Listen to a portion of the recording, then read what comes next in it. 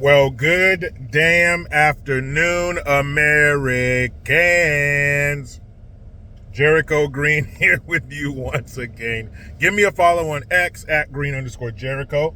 Like and subscribe to my new channel, Green's House. And some major changes are coming to Jericho Green's YouTube channel. Stay tuned. So, yesterday, was it Saturday? This weekend, Trump returned to Butler, Pennsylvania, the site of his attempted assassination, where he took a round to the ear. And had he not turned his head at that exact moment, we would be talking about Donald Trump's funeral procession through the United States of America, which is what happens to former presidents who die. This nation, who knows where this nation would be? Who knows what this nation would feel like? Unfortunately, we don't have to know that because he survived and just the bullet got him in the ear. We all know what happened. The blood running down his face. Fight, fight, fight. One of the most iconic pictures ever taken. Yes, guy standing in front of the tank at Tiananmen Square. I'm talking to you. Walking on the moon photograph. I'm talking to you. One of the most iconic pictures ever taken. He returned. He did not return alone. He brought with him Elon Musk. He brought him up on stage, and Elon Musk had some very powerful words. But before we get into that, and I'll put a link in the description box so you can check out the video yourself if you haven't seen it, but what a trip that must have been. What a mind fuck that must have been for Donald Trump to return to the site of that shooting. It was only in July. We're in October. That was 3 months ago, and this man returns to the site where he was shot. That had to give him a moment's pause, whether it be when they were flying in on the plane or maybe backstage. Who knows? But at some point, I'm sure Donald Trump reflected on the fact that he's returning to a place where he almost lost his life. He was almost shot and killed by somebody that looks like the boy from that movie with Cher, and his head was all fucked up. What was the name of that movie? The ginger kid with the misshapen head. That's what this piece of garbage looked like before he was shot above his left eye. But Trump returned to Butler, Pennsylvania. The crowd was huge. I heard it was about 80,000 people.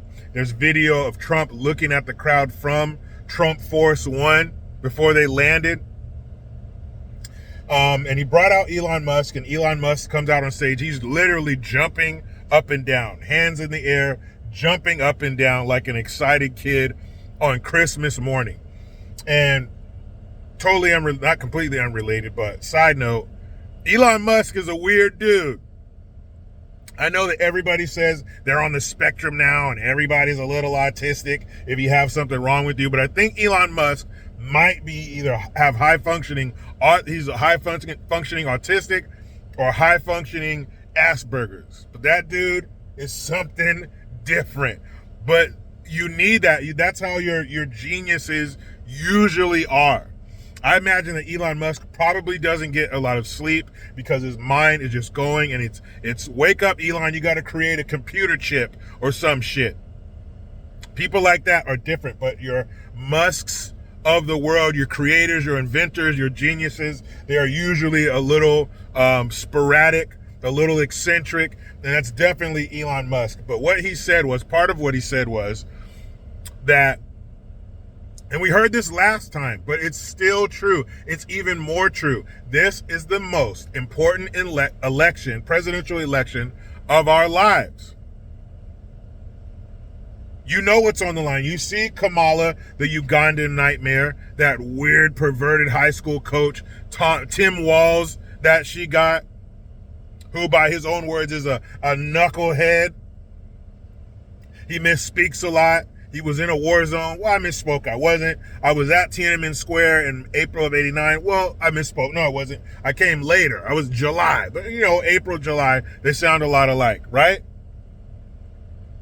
But you've seen what they've done. You've seen what the sloppy Joe administration has brought us. High-ass prices for everything. Name it, it costs more because of them. But somehow, if we put her in office, she's going to bring it on down. Freedom of speech, the right to bear arms, the right for a child to live until its birthday, the right for a child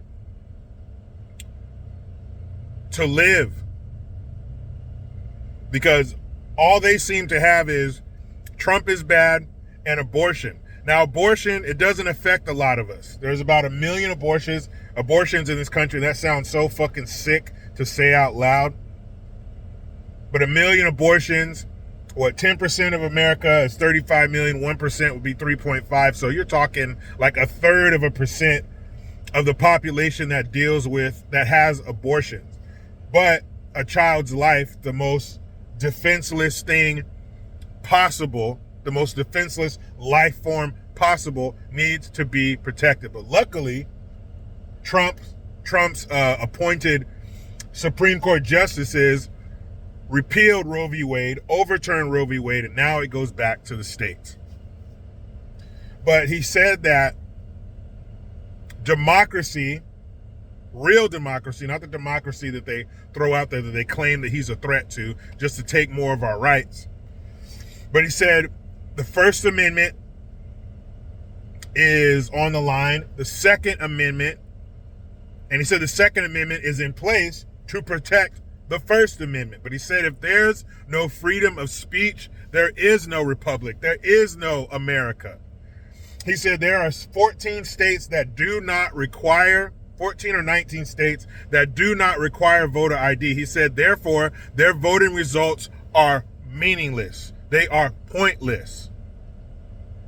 Why would you not have somebody show ID to do one of the most important things that we have to do, something that affects all of us? But there's a reason for that, because illegals can't get IDs or have a hard time getting IDs. So let's not use them at all so they can go and vote. Who gave you all the free shit? Who rolled out the red carpet for you to come here? The Democrats. So vote for us. That way we are in power forever.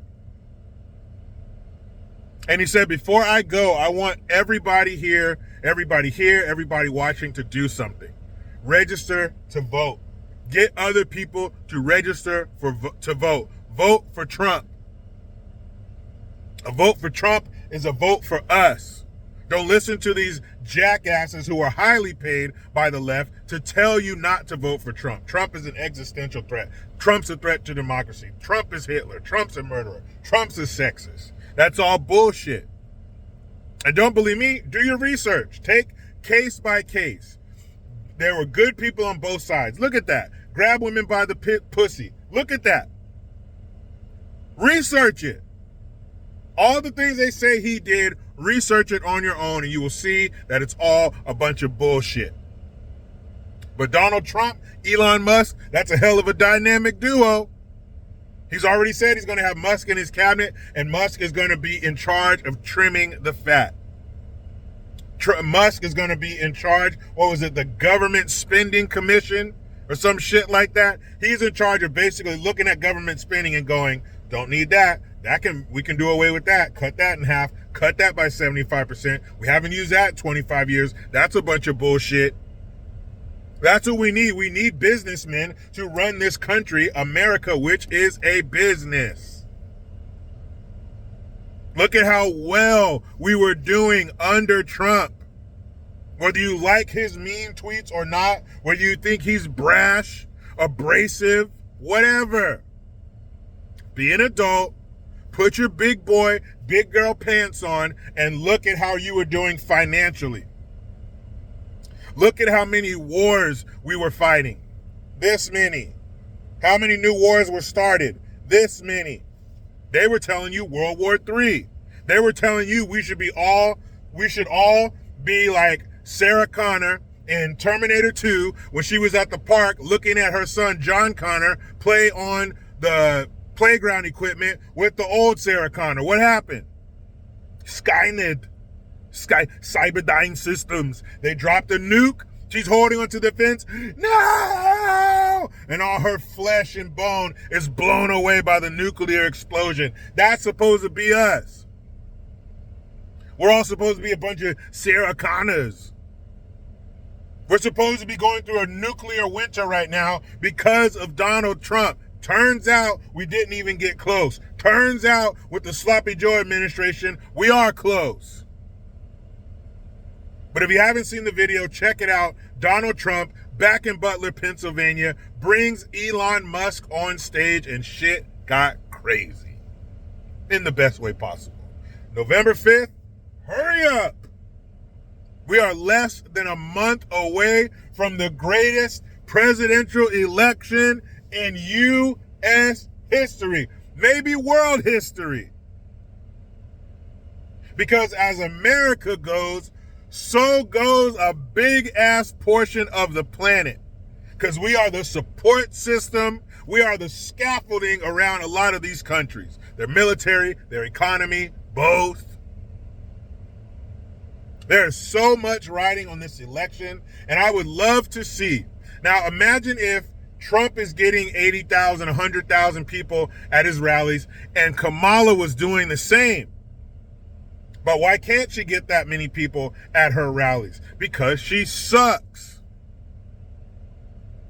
That's why. Because she's fucking horrible. And I think it's because most people are going to vote for Trump. But to be honest, it happened last time. Remember, you see these giant rallies that he's pulling together? These tens of thousands of people that are coming to see him, and we still got stuck with that fucking senior citizen inpatient living facility, 55 and up, son of a bitch, Sloppy Joe. That convalescent home escapee.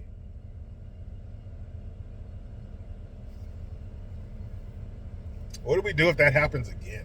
And you know what? Before I close, I saw something yesterday, and something clicked in my mind. I had an epiphany. I had a political epiphany. So I was walking somewhere, and it had a giant TV, and it had the football games on it. One of the commercials was a Kamala, the Ugandan Nightmare campaign ad. And I looked at it, and she's shaking hands with people. She's smiling. She's hugging people. She hugged a woman of color. It didn't show her hugging any white women, but it showed her hugging this black lady. She's going here. She's listening with an intent look on her face like, mm-hmm. And I thought to myself, if you don't get your news from anywhere else, if you're just plugged into the TV and you're just watching network TV, Kamala sounds good. It made sense to me how people can vote for her. She sounds good. She looks good, heavily edited. And every candidate has those ads.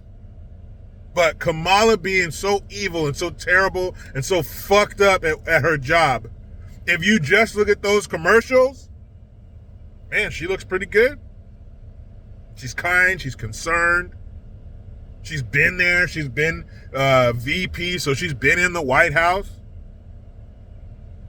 If somebody's not that smart, or if somebody's not that smart and they don't want to do any homework, I can see how they could possibly vote for Kamala if all of your information comes from the alphabet networks. If you're plugged into a CNN or an ABC, and I think it was on ABC.